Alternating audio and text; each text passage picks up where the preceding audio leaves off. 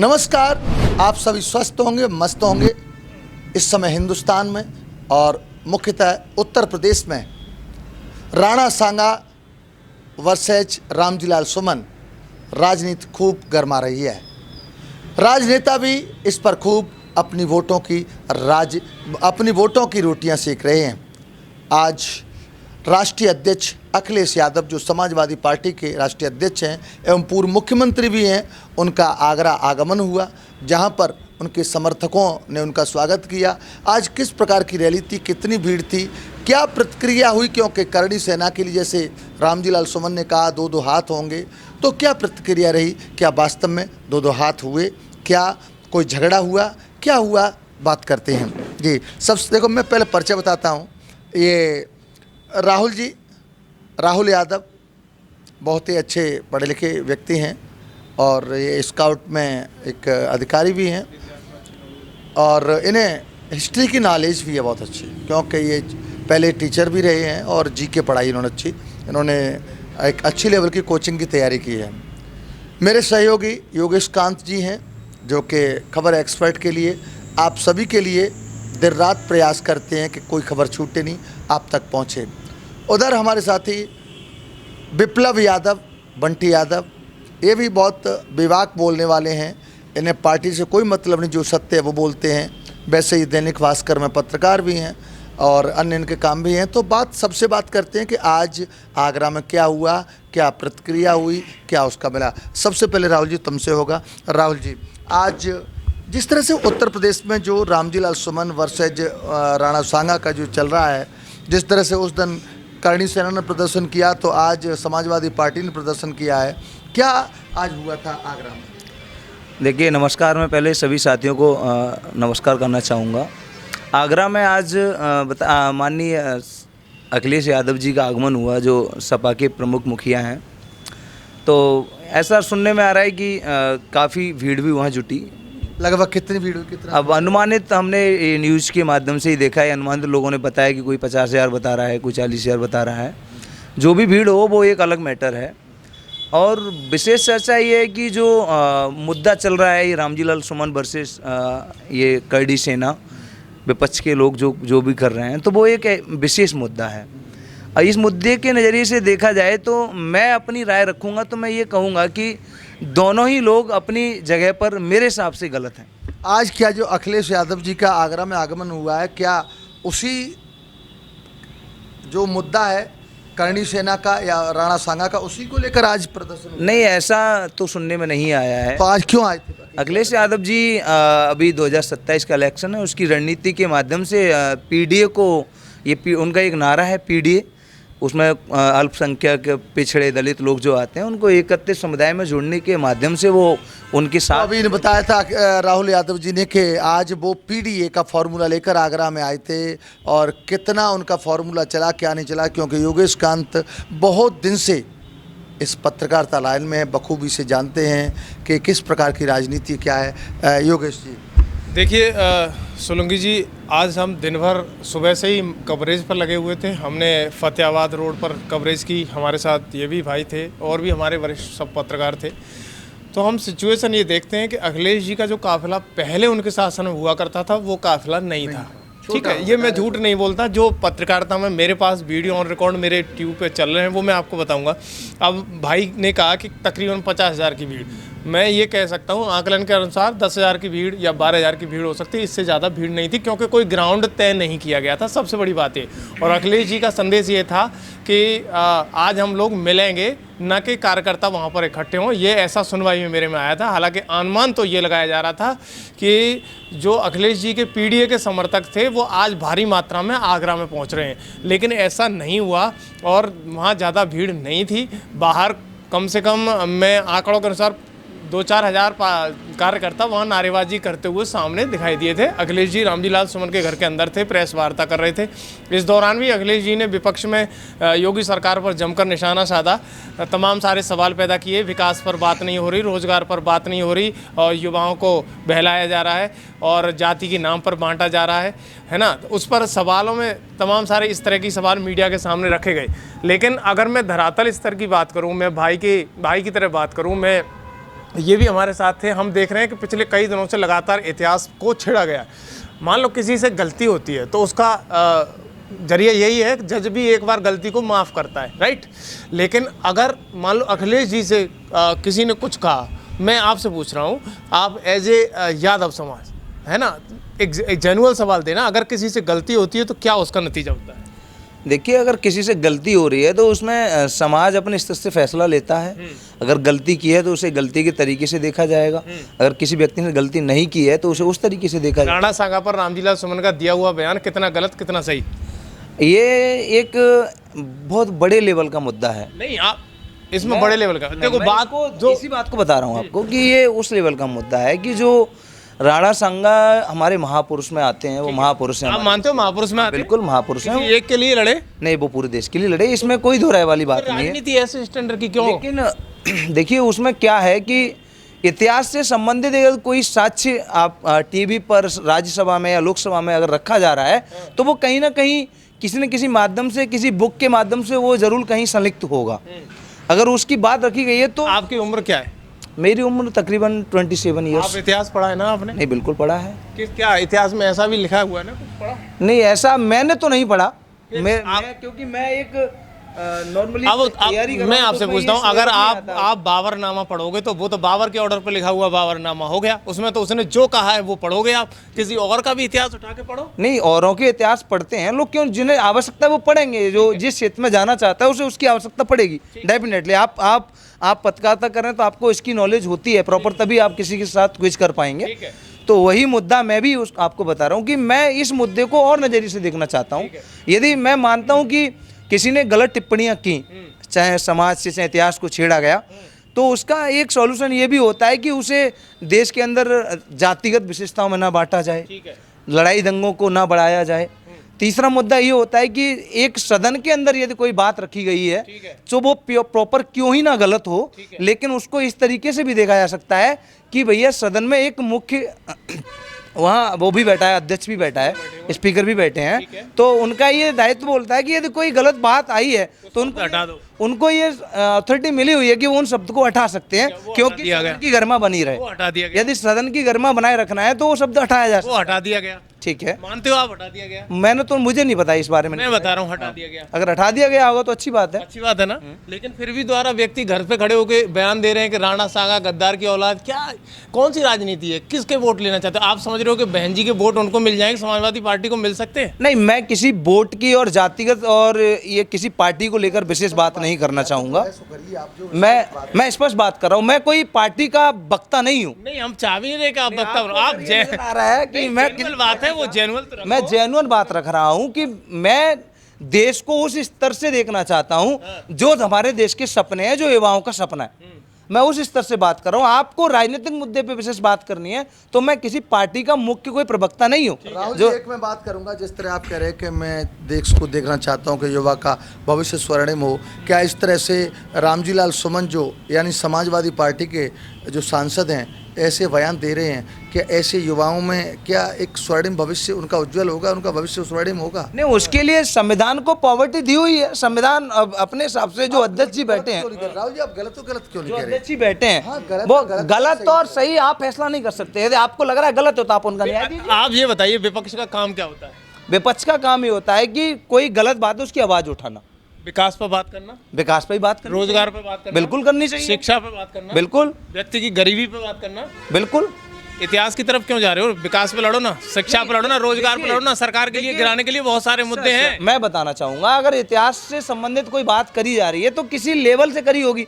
वो उस लेवल को मैंने नहीं पढ़ा, मैं उसके बारे में कुछ कहना ही नहीं चाह रहा। रामजीलाल सुमन अपना विशेष मुद्दा है, वो जाने क्यों बोला। अब आप जो बताओ, कितना गलत कितना सही, जो बता दो। मैं इस बात को ना ही मैं गलत नजरिए से देखना चाहता हूँ, ना मैं सही नजरिए से देखना चाहता हूँ। चाहती है नहीं चलता, हम ये चाहते हैं कि आप सटीक एज ए कॉमन व्यक्ति मुझे जवाब दे दो। कितना गलत, आप जर्नलिस्ट हैं सर, आपको कितना गलत सही लगता है आप मुझे बताओ। 100% गलत, 100% गलत है तो आप उसका न्याय दीजिए। फिर गलत है तो गलत। मैं न्याय नहीं दे सकता, मैं आपके मुंह से। चलो, मैंने माना कि आप कह रहे हैं 100% गलत है, तो सर मैं जानना चाहता हूँ यदि वो गलत है तो गलत को आपका जो तरीका है सही करने का वो ठीक है। आप ये बताइएगा, रेखा गुप्ता का बयान पता है अखिलेश जी से क्या कहा था? टोंटी चोर कहा था? नहीं, शायद सुना है, सुनने में आया है। हाँ बिल्कुल। क्या कहा फिर रेखा गुप्ता का रिएक्शन क्या हुआ फिर? नहीं, ये भी नहीं पता है। अखिलेश जी ने क्या ट्वीट किया था ये पता है आपको? अखिलेश जी ने क्या ट्वीट किया? क्या किया? आपको नहीं पता? नहीं पता तो नहीं पता। आपको पता है सर? सर सुना तो मैंने भी है, और ये जो 20 चोर वाला जो उन्होंने स्टेटमेंट दिया था, तो उसको लेके उन्होंने उनसे माफ़ी मांग ली। माफी मांग ली ना? जी सर, गलती हुई थी। हाँ गलती हुई थी, माफ़ी मांग ली। तो गलती का एहसास क्या होता है आप बताइए राहुल जी। गलती का एहसास तो दो ही तरीके से, माफी मांग लो या फिर उस बात को वापस ले लो। रेखा गुप्ता अगर गलत करके गलत सही बोल सकती है कि माफी मांग सकती है, तो रामजीलाल सुमन माफी क्यों नहीं मांग सकते? ये तो ये उनका पर्सनल मुद्दा है। मैं पर्सनल कैसे हो जाएगा? जब इतिहास की बात होगी, जब इतिहास की बात होगी तो पर्सनल हो जाएगा। क्या रामजीलाल रेखा गुप्ता माफी मांग लेगी तो सही रहेगा। रामजीलाल सुमन, लेकिन आपकी पार्टी माफी नहीं मांगेगी। मेरी पार्टी नहीं है, मैं किसी पार्टी का, अरे राहुल जी, मैं पिछले कई दिन से लगातार आपको देख रहा हूँ। आप कैसे कह सकते हैं? क्या आप बीजेपी के लोग हैं? आप देखिए बीजेपी का एक बात इतिहास की होगी, बात राष्ट्र की होगी। मैं पार्टी का हूँ राहुल जी, बात राष्ट्र की होगी, बात इतिहास की होगी, तो मैं प्रॉपर तरीके से बोलूंगा। बात आप राष्ट्र की और इतिहास की बात कर सकते हैं, लेकिन आप किसी को विशेष पार्टी का दर्जा नहीं दे सकते। मैंने कोई गलती की है तो मैं माफी मांगूंगा, छोटा हो या बड़ा हो। तो वापिस जिसने गलती करी है वो माफी मांगेगा, उससे बात करिए। इसमें आप मानते हो रामजीलाल सुमन ने गलती की है? मैंने बोला है वो उनका पर्सनल। अखिलेश जी ने जब उनको क्षमा किया तो क्या रामजीलाल सुमन से नहीं कह सकते हैं वो कि किसको क्षमा किया? अखिलेश जी ने किसको क्षमा किया? उनको दिल्ली की सीएम रेखा गुप्ता, तो उनको क्षमा किया तो वो उनका पर्सनल मुद्दा है ना। इस बात को मैं अच्छा वो पर्सनल आप करो तो रासलीला, हम करें तो करेक्टर डीला। तो नहीं, मैं तो नहीं कह रहा इस बात को कि आप अखिलेश तो जातिगत मामले। सर आप तो जाति नहीं सर, जाति से मामला नहीं है ये बात। अरे जब इतिहास में गलती कर रहे हो आप, अखिलेश जी उन्हें माफ कर रहे हैं, तो अखिलेश जी इनसे नहीं कह सकते? मैं फिर वही बात कहूंगा, मेरी बात समझने की कोशिश करें आप, कि जो लोग जिस बात के साथ जुड़े हैं उसका सॉल्यूशन वही लोग दे सकते हैं। यदि विशेष मेरी बात आएगी तो मैं उस बात को नहीं रख सकता आपके सामने। मैं इस बात को समझ सकता हूँ, सुन सकता हूँ कि क्या गलत क्या सही है।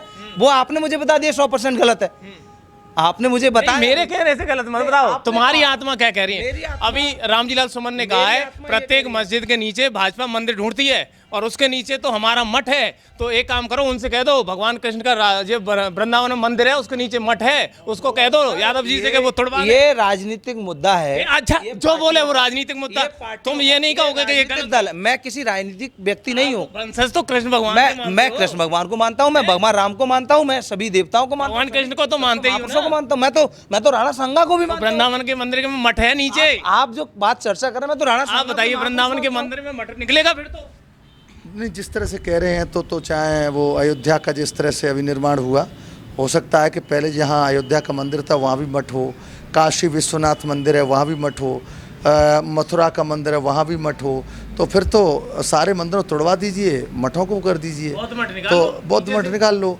तो ये तो बहुत राजनीति गंदी है, चाहे वो किसी की भी हो, राजनीति गंदी है। मैं आपसे पूछता हूं सर, जी आप बताइए कि अगर रेखा गुप्ता ने गलती कर दी, माफी मांग ली, तुम रामजीलाल सुमन को क्यों उसको मोहरा बना रहे हो? तुम बात करो तो डायरेक्ट पब्लिक से करो ना। सर, जिस तरह से आप सत्ता में हैं, आप इसके कोर्ट में सत्ता में सर हम लोग सत्ता में नहीं हैं, हम तो पत्रकार हैं। आपके जो सवाल सर हमारे सर हम एक वैसी, तो मैं कोई पार्टी का कोई प्रवक्ता नहीं हूँ। हम नहीं कह रहे। आपने मुझे अरे आप देश के युवा हो, देश के युवा हो, युवा पर पूरे देश की जिम्मेदारी भी है। तो एक उस युवा नाते से पूछ रहे हैं हम, किसी जातिगत मामले से नहीं पूछ रहे हैं, पार्टी से मतलब। यहाँ पर बंटी जी भी है, बंटी जी थोड़ा जवाब। आज हम आप सब साथ रहे, पत्रकारिता करते हो आपके कई दिन हो गए, कई महीने हो गए, आप देख रहे हो कि वास्तविकता में इतिहास में गलती कर रहे हैं कोई व्यक्ति, तो क्षमा मांगने में कोई परेशानी है किसी को?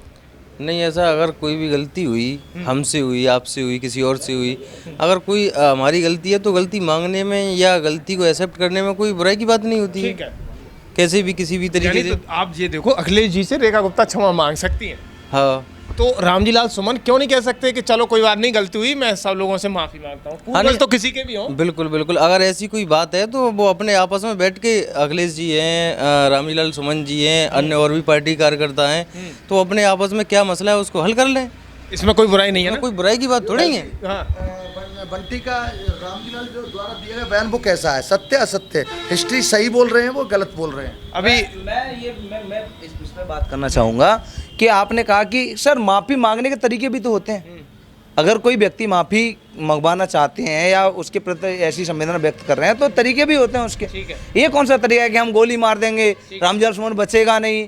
तो एक वो भी एक राज्यसभा सांसद बहुत गलत है। गोली किसी का बाप का वो अधिकार नहीं है कि गोली मार दे, ऐसे नहीं मार सकता कोई भी। फिर ये ऐसे बयान देखो, जाएंगे। ये मैं इस मानता जगह हूँ। आप रामजल सुमन की जगह आप ही होते सर, तो आप क्या है ऐसा आप माफी नहीं, मांगते? देखो मैं कहता हूँ अगर रामजीलाल सुमन की जगह मैं होता तो मैं कहता कि हाँ मुझसे गलती हुई है, लेकिन गोली का जवाब गोली से नहीं दूंगा मैं। संविधान क्यों है, कानून क्यों है, तो उनका मैं भी वही पालन तो मैं करूंगा। आपको समझा रहा हूँ। मैं तो अरे एक ले मैं भी तो वही कह रहा हूँ आप, कि मैंने पहले ही यही बोला है कि आप उस एंगल में मैं भाई मैं मानता हूँ कि करणी सेना ने कहीं ना कहीं गलती की है। हाँ। ठीक है, उसके अलावा ये भी तो उत्तरदायित्व है कि गलती में उनको भी कहना चाहिए कि नहीं साहब गलती हुई है, मैंने इतिहास को छेड़ा है। नहीं तो वो कहें तो तब उसको लोग उकसा देते हैं, उसको प्यार की भाषा में कहते हैं। लोगों में ये इतना ये केजी क्लास में पढ़ने वाले बच्चे हैं क्या वो? जातिगत मामला बढ़ रहा है। क्यों बढ़ रहा है, क्या बढ़ रहा है? बात मुद्दे की होनी चाहिए। राज्यसभा सांसद है, बच्चे नहीं है वो। राज्यसभा सांसद है, देश की जिम्मेदारी है उन पर। आप कैसी बात कर रहे, भड़का देंगे? सिंह से ज्यादा पुराने नेता हैं वो, बराबर की अच्छा, मुलायम सिंह से पुराने कैसे हो जाएंगे? भैया दोनों की राजनीति इतनी पुरंदर आप है। कह रहे हो कि मुलायम सिंह से पुराने नेता तो नहीं है ये, उनके साथ ये के तो आपने नहीं कैसे है। कह सकते हैं आप? उनके साथ के हैं। नहीं, वो अरे उन्हें कोई पूछ नहीं रहा था, अभी इस मुद्दे से पूछने लगे हैं, नहीं इन्हें कोई पूछ नहीं रहा था। ये आप कैसे करो, राज्यसभा सांसद कैसे बन गए वो? या तुम यही नहीं जानते हो? नहीं, वो आप कह रहे हो, आप इधर करिए। सुनो, अरे मैं आपने अभी कहा है, हाँ मैं वो कह रहा हूँ राज्यसभा- वो सुनो, उनको पूछे हैं, तो वो अरे राज्यसभा सांसद कैसे बन गए? इसलिए आप बने। मुझे बताइए। अरे मेरे से सुन लो, अभी समाजवादी पार्टी में कितने सांसद हैं आप बताओ, कितने सांसद हैं? पार्टी में राज्यसभा सांसद होंगे 5-6 लोग। 5-6 लोग मान रहे हो? हाँ। ठीक है चलो मैं मान गया। रामजीलाल सुमन से क्यों ये बयान दिलवाया गया? नहीं, और भी सांसद से तो दिलवा सकते थे। देखिए, क्या ये- जाति का क्या मुद्दा सर, बनाना चाहते इसका हैं? आप पर कोई मुद्दा है, आपका इसका कोई प्रूफ है कि रामजल सुमन को ये जानबूझ के बयान दिलवाया क्यों गया? अखिलेश जी नहीं दे सकते थे? प्रियंका भाभी नहीं दे सकती थी? वो नहीं दे सकती थी? वो भी तो दे सकती नहीं थी। तो वो सिंपल भाई ऐसा उन्होंने नहीं बोला है। अरे भाई साहब, कोई नहीं, अखिलेश जी क्यों बोलेंगे? अरे। वो एक देश के हीरो हैं, वो नहीं बोलेंगे ये ऐसे बात। ही रामजीलाल सुमन समाजवादी पार्टी का हीरो है। नहीं, समाजवादी इन दिनों तो हीरो है बेटा, इन दिनों तो हीरो है। आप ये डिबेट कर रहे हैं, हमारा ग्रुप समूह बैठा है, लेकिन- ये सारे जर्नलिस्ट लोग बैठे हैं, लेकिन बात तो करनी पड़ेगी आप ना। जातिगत विशेषताओं को छोड़कर और किसी पार्टी से ना जोड़ें। अरे, ये मुद्दा इसमें हमारा जाति की युवाओं बात- का है जाति- और युवाओं को किस तरीके जाति से की, अरे देखना चाहिए। जाति की बात क्यों हो गई? बंटी ने अभी कहा, बंटी ने एक्सेप्ट किया कि उन्होंने गलत कहा। नहीं तो वो उनकी विचारधारा है, अच्छा तुम नहीं मानोगे कि वो गलती उनकी है? विचारधारा। मैंने नहीं कहा, मैंने ये कहा है कि उनकी गलती है, तो गलती का तरीका और भी है। गलती का ये तरीका नहीं होता है कि हम गोली से मार देंगे। राहुल जी गलती है कि नहीं रामजीलाल सुमन? ये गलती है तो उनको महसूस हो। मुझे मैं नो यस है या नहीं? गलती है। कैसी यस नो का मतलब इसमें क्या है? अरे, इस यस नो का मतलब सदन में दिया गया बयान विवादित है या नहीं? सर वो एक विवादित बयान है, हाँ। ना कि उसको मैं गलती में तोल नहीं सकता कि गलती की सत्य है। वो। हो सकता है, बयान विवादित है। नहीं मैं कह नहीं सकता कि सत्य है। चलो कोई बात नहीं, मैं मानता हूँ।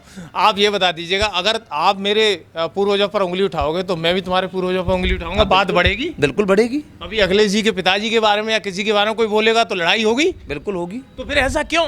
तो वो उनका मुद्दा उन्होंने बोला तो वो संसद में खत्म कर देना चाहिए। ऐसी राजनीति वो ये युवा पीढ़ी को क्यों लाया, युवा पीढ़ी तक क्यों लाया गया, ये क्यों लाया गया? अब तुम्हारी समझ में आ रही है ना, वही उनके बोल देना चाहिए गलती हो रही है। जब कोई बात हुई, हाँ। मैं कह रहा हूँ चाहे वो गलत हुई चाहे सही हुई, हाँ। तो वहां पर एक अध्यक्ष भी बैठा है, राज्यसभा सांसद बैठे हैं, लोकसभा भी चलती है। हाँ, लाइव चलता है आजकल। जैसे ही बयान निकला उसके बाद टीवी पे दौड़ना शुरू हो जाता है। वो जमाना गया कि बयान काट दो, टेलीकास्ट लाइव होता है। टेलीकास्ट तो करड़ी सेना का भी हो रहा है भाई टेलीकास्ट तो आप बाद लोगों में का तो भी हो रहा है, हर हम चीज लोगों की, का भी हो अरे हर चीज की प्रतिक्रिया होती है सर। वो ये कौन सी प्रतिक्रिया है कि भाला पर से लेकर आप लहरा कुआं रहे में हो? आवाज दोगे तो भीतर से जरूर आएगी। नहीं तो वो आती है, तो वो तो गूंजेगी। आज देख लो अखिलेश जी ने दो हाथ करने के लिए आए। हाँ तो वो मुझे नहीं पता, दो हाथ कर रहे हैं। रामजीलाल सुमन जी ने कहा था। आप बताइए, आप बताइए कि उन्होंने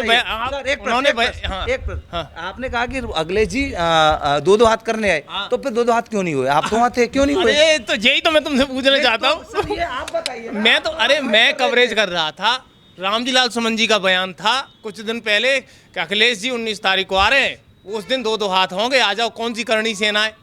मतलब ये तो डायरेक्ट खुला चैलेंज है। आपस में लड़ रहे हो, क्यों लड़ रहे हो भाई? आप बताइए, आपको नहीं लगता कि हमें शिक्षा पे बात करनी चाहिए? आपको नहीं लगता हमें रोजगार पे बात करनी चाहिए? हमें नहीं लगता कि बेरोजगारी, गरीबी, इन पे बात करनी चाहिए? बिल्कुल बिल्कुल सत्य है। अच्छा योगेश जी, हम आपकी बात है, इन सब की बात नहीं है। कोई यदि एजुकेटेड पर्सन है तो वो शायद इस चीज़ को नहीं स्वीकारेगा। वो यही चाहेगा मेरे बच्चे का भविष्य कैसे अच्छा हो, मेरे देश की रोड सड़कें अच्छी कैसे हों, मेरे देश में अस्पताल अच्छे कैसे हों, मेरे देश में नौकरी के साधन संसाधन स्रोत कैसे अच्छे हों। ताकि रोजगार मिले। आप देख रहे हो बेरोजगारी का हाल, देख रहे हो कितना हाल ख़राब है, तो उन्हें उस पर बात करनी चाहिए, पूरे देश पर बात करनी चाहिए। इसका समर्थन सब करते हैं, इसका चाहे कोई किसी भी पार्टी का हो, उसके बच्चे को जॉब चाहिए। हमें भी अपने बच्चे जॉब चाहिए, इन्हें भी, सबके बच्चों को जॉब चाहिए। आज तुम देख रहे हो, मैं एक बात कहूँगा, पत्रकारों की लाइन लग गई है हमारे फौज। क्यों? हाँ, मैं आज पहली बार पत्रकार देखा आगरा का, कम से कम 2 बस भर के पत्रकार आगरा में थे। अब बताओ कि कहाँ से आ रहे पत्रकार, और पता नहीं कौन कौन कहाँ से, मैं पहली बार देख रहा। ये योगेश जी, ये नहीं देख रहे हो क्या? मैं बीजेपी की बात नहीं, इसमें बीजेपी वाले कोई बुरा भी नहीं माने। क्या ये लग रहा है कि बेरोजगारी है? सरकार को बात सोचनी चाहिए। देखो, हम केवल सपा या बसपा की बात नहीं, लेकिन बीजेपी को इस बात सोचनी चाहिए कि बेरोजगारी है। अब योगेश जी ने बताया 2 बस पत्रकारों की भर के आई आगरा से 2 बसें भर के आई पत्रकारों की। तो भैया राहुल जी, देखो तुम तो गलती को स्वीकार नहीं रहे। नहीं, मैं तो तुमने अच्छा नहीं। अच्छा, मैं बता रहा हूँ, बताओ करड़ी सेना अच्छी या रामजी लाल सुमन के बयान अच्छे? कौन अच्छा है? करड़ी सेना अच्छी है, करड़ी सेना अच्छी है, कर रही है तो अच्छी है। तो विरोध कर रही है। अभी आपने कहा भाले और सर, करड़ी सेना का जो विरोध प्रदर्शन था, उसमें मैंने एक ये भी क्लिपिंग देखी कि अखिलेश जी ने बोल दिया कि अगर कोई विवादित बयान हुआ है तो उसको हम वहीं स्वीकार कर रहे हैं, वो बोला था उन्होंने। अच्छा, अखिलेश जी ने तो स्वीकार लिया कि करड़ी सेना हमारी है, वो हमारे मित्र भी हैं, करड़ी सेना अच्छी है। रामजी लाल क्यों नहीं स्वीकार रहे? तो ये उनका पर्सनल विषय है। रामजी लाल गलत है, सही? मैं नहीं कह सकता गलत है, सही है। आप अभी आप बोले पर्सनल विषय है, अब देश की बात कर भैया। वो अपने पर्सनल, अपने पुरखे या हम मेरे पुरखे की बात नहीं कर रहे हैं, वो हिंदुस्तान के पुरखों की बात कर रहे हैं। वो बड़ी करड़ी सेना अच्छी है, करड़ी सेना का मैं विरोध नहीं कर रहा हूँ। भारतीय जनता पार्टी अच्छी है, सारे लोग अच्छे हैं। मैं किसी के पर्सनल टिप्पणी पर अपना एथिक्स नहीं दे सकता। अगर मेरा एथिक्स चलता तो वो बहुत पहले समाप्त हो जाता। तो इसीलिए मैं कह रहा हूँ। वैसे राहुल जी, आपने हिस्ट्री अच्छी तरह पढ़ी है, हिस्ट्री अच्छी तरह पढ़ी है। अच्छा, जब तैयारी करी थी कुछ, क्या थोड़ा सा बताएं, थोड़ा सा राणा साहब के बारे में बताएं। नहीं, इतना अब डीपली नॉलेज नहीं है। अच्छा, बाबर के बारे में बताएं। नहीं, तो इन सब के लिए मैं समाप्त। कौन सा नॉलेज नहीं, क्या मालूम है? जो और फिर कौन सा मालूम है? ये जो डिबेट में ऐसे ही और नॉर्मली बैठ गए। अभी हम लोग अपना छोटा प्राइवेट काम कर रहे हैं, तो इतना सारा अब नॉलेज नहीं है। पहले थोड़ा बहुत पढ़ते थे, तो वो संबंधित, पढ़ाई से संबंधित था, क्योंकि वनडे एग्जाम्स की तैयारी कर रहे हैं, तो इतना डीपली नहीं पढ़े हैं हम लोग। पर फिर भी मैं बता रहा हूँ कि जैसा ये सुनने में आया, तो लोगों ने बताया, तो एक दूसरे की न्यूज़ वगैरह देखते हैं, तो उसी से ये मालूम पड़ता है कि कहाँ क्या गलत हो रहा है, क्या सही हो रहा है। तो ये सब चीज़ आप लोगों को भी पता है, आपने बोला है। Rahul ji, I know well that you have deep knowledge in history, right? Because you have prepared a PCS coachings, so you have deep knowledge in history. But you will say only one question, only one answer. Give me only one answer that Ramji Lal Suman is wrong or right. Sir, मैं देखिए, Only one question, sir. जी बताएं Please. Ramji Lal Suman is wrong or right? That person he thinking that it's below my dignity. I cannot expect. देखिए, मैं कह रहा हूँ कि जो ये मुद्दा बना हुआ है, मैं उस मुद्दे को उस नज़र से देखना ही नहीं चाहता। देखना ही नहीं चाह रहे, क्योंकि मैं कह रहा हूँ कि ये जो मुद्दा है, ये लोगों के बीच में लाया जा रहा है। तो अच्छा, क्या नहीं, आपको नहीं लगता महाभारत से होने वाला करड़ी सेना, नारायणी सेना, सब सेना तैयार हो रही है? तो हो जाएगा, महाभारत हो जाएगा। वो आप क्या चाहते हो? जो हो जाएगा वो होना चाहिए। सर, जो लिखा है होना जा चाहिए। रहा है। बस पूछ रहा हूं। बाबा ने जो होना लिखा चाहिए वैसे। मैं तो नहीं कह रहा नहीं होना। तो रामजी लाल सुमन के माफी मांगनी चाहिए। नहीं, मैं माफी के शब्द के लिए खत्म हो जाएगा, सारे खत्म ही मामले हो जाएंगे। चाहे देखो सब, चाहे वो यादव हो, ठाकुर हो, पंडित हो। मैं तो एक चीज समझता हूँ, शायद बार बार कह रहे हो ये सुनो, तो मैं आपको फिर बता दे रहा हूँ कि माफी मांगने वाला बड़ा होता है, श्रेष्ठ होता है। तो यदि ऐसा मुद्दा देश में लग रहा है, रामजी लाल सुमन को ऐसा लग रहा है कि महाभारत हो सकता है, उनके कारण इतनी सारी विवेचना चल रही हैं, तो सॉरी बोलने तो कोई आपत्ति नहीं है। मैं आपको इस पर जवाब देता हूँ। आज भी बहुत सारे, मैं बंटी से पूछूंगा, आज आप हमारे साथ थे, बहुत सारे यादव वर्ग के लोग थे, लेकिन किसी के मुंह से कोई भी ऐसा शब्द नहीं निकला कि कोई अगेंस्ट बोला हो या फिर उल्टा सीधा बोला हो। आपको लगा हमने वहाँ कवरेज की, इस दौरान किसी ने बोला? नहीं, ऐसे तो कोई शब्द नहीं आए थे हमारे सामने। एकदम सटीक जवाब, एकदम सटीक ही जवाब दिए। ऐसा कोई विद्रोह वाली भावना भी नहीं थी किसी की कि हाँ कि अखिलेश जी यहाँ विद्रोह के लिए आ रहे हैं, या जो उस दिन रामजी लाल सुमन जी ने कहा कि अखिलेश जी 19 तारीख को आ रहे हैं तो 2-2 हाथ होंगे, ऐसा तो कोई हमें नहीं दिखाई भी नहीं दिया ना। ऐसा कोई किसी की टीका टिप्पणी, हम लोग नहीं चाहते किसी में बिल्कुल। हाँ, नहीं, क्या 4 दिन की चांदनी और फिर अंधेरी रात। और दूसरी चीज़, ये राजनीतिक मुद्दे हैं, इनमें हमें उलझने से क्या फ़ायदा है? हमें तो योगेश जी और दोनों आप लोग गए थे, आज क्या देखा आपने? मानो देखो, क्रिया को प्रतिक्रिया देने आए, तो क्या कुछ ऐसा अनुशासनहीनता या फिर इस तरह से एक सनातन पर या करणी सेना पर या उनके विचारों पर कोई कुठाराघात किया? नहीं सर, ऐसा तो कोई भी बयान नहीं था जिससे कि करणी सेना को लेके, या उस दिन रामजीलाल सुमन जी ने कहा कि दो हाथ होंगे मैदान खाली, ऐसा कुछ नहीं था। बहुत शांत माहौल था। जो भी जैसे भी अखिलेश जी आए उनसे मुलाकात की, मुलाकात करके वो अपने निकल गए। ऐसा तो कोई विवादित बयान नहीं था। जिस तरह से अभी बंटी बोले हैं, फिर ये रामजीलाल सुमन इतना मुद्दा क्यों बना? देखो, अखिलेश यादव नहीं चाहते हैं कि यहाँ जंग हो सकता है वोटों के खातिर कुछ तोड़ा हो, लेकिन जंग का नहीं। चौंक अभी बंटी ने बताया, तुमने बताया कि कैसा कुछ नहीं हुआ, कि कहीं गलत बोला हो। चौंक मैं आज नहीं गया था, सॉरी, वहाँ पर पहुँच नहीं पाया था किसी कारणवश, लेकिन जैसे उन्होंने गलत नहीं बोला, और वो बोल रहे हैं कि करणी सेना बहुत अच्छे संबंध, वो बोल रहे हैं कि महाराणा सांगा, इन्हें ये भी बोला है कि महाराणा सांगा महान थे, पूर्वज हैं, हमारे देश के महान व्यक्ति हैं। तो सब कुछ अखिलेश यादव से सब कुछ सही बोल रहे हैं, तो अपने सैनिक को, यानी सैनिक अपनी पार्टी के व्यक्ति क्यों नहीं समझाते हैं कि यार गलत है? हम सब मान देश में निचोड़ पे निष्कर्ष पे आपको लिए चलता हूँ। हम सब लोग सब समझदार हैं। हमने देखा है कि राजनीति का स्टैंडर्ड अभी बीते कुछ दिनों से चेंज हो रहा है। हमने देखा है कि राजनीति को अब जातिगत राजनीति में जोड़ दिया जा रहा है ना। हम लोग देख रहे हैं कि मतलब जातिगत राजनीति का मुद्दा बढ़ा करके अपने जिन चीज़ों पे हमें काम करना चाहिए उन पे हम सब लोग काम नहीं कर रहे हैं। सरकार काम नहीं कर पा रही है, विपक्ष उन मुद्दों को उठा नहीं पा रहा है। ये सबसे बड़ी अहम बात है। व्यक्ति को रोजगार चाहिए, व्यक्ति को, हमारे घर में बच्चे भूखे मर रहे हैं, लोगों को वहाँ रोजगार नहीं मिल पा रहा। अहम मुद्दा वो है ना, उनके लिए उनके लड़ो ना। व्यक्ति छाती ठोक के तुम्हारे साथ हो जाएगा। अगर एक व्यक्ति को रोजगार मिलता है तो वो कहेगा कि उसके जरिए मुझे रोजगार मिला है।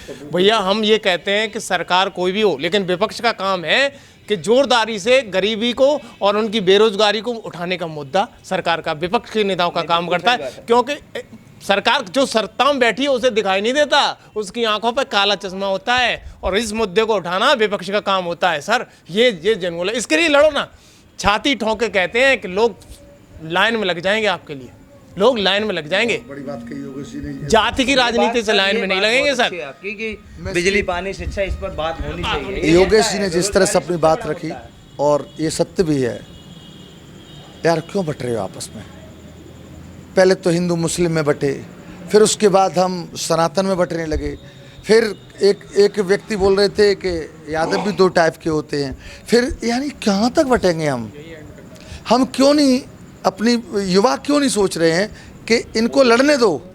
अरे बात उठाओ रोजगार की। अब योगेश जी ने कहा था कि विपक्ष यदि रोजगार की बात उठाएगा, विपक्ष विकास की बात उठाएगा, तो शायद चाहे बीजेपी वाला हो, चाहे समाजवादी पार्टी वाला हो, चाहे बसपा वाला हो, कोई युवा हो, वो आपके साथ होगा। क्योंकि युवा को चाहिए जॉब, युवा को चाहिए नौकरी। योगेश जी ने जिस तरह बताया, बहुत अच्छी जानकारी दी है कि कुछ युवा हैं, हो सकता है कि हमारी बातों से सहमत पूरे न होते हों, लेकिन हमारा तो यही है कि आप लड़े नहीं, बटे नहीं, आप प्रोग्रेस करें, आप जॉब सबको मिले युवाओं को, आप अच्छी पढ़ाई करें, आप जात पात में न बटें, आप किसी पार्टी में न बटें। और जिस तरह से यदि आपके मन में भी कोई विचार है कि नहीं ऐसा नहीं होना चाहिए या ऐसा होना चाहिए, तो आप हमारे कमेंट बॉक्स में लिखें। यदि आप हमारे डिबेट का कभी हिस्सा बनना चाहते हैं तो अपना नंबर दें, अपना कहाँ से हैं वो बताएं, और खबर एक्सपर्ट अपना कहाँ से हैं, और डेट में आप पर टाइम है जो हमारे डिबेट में आप शामिल होना चाहते हैं। तो मेरी युवाओं से सबसे ये है कि आप किस तरह की राजनीति चाहते हैं। We are not talking about BJP, Basapa and Sapa, केवल बात कर रहे हैं हम तो कि आप किसकी, युवा किस प्रकार की राजनीति चाहता है। क्या हम लड़ बट के ही, आपस में मिट कर के ही राजनीति, क्या हमारी आगे आने वाली पीढ़ी है वो इसमें ही बट जाएगी? नहीं। तो दोस्तों, प्यारे दर्शकों, आप अपनी राय हमारे कमेंट बॉक्स में ज़रूर दें। नमस्कार, जय हिंद, जय भारत, अपना ख्याल रखिए।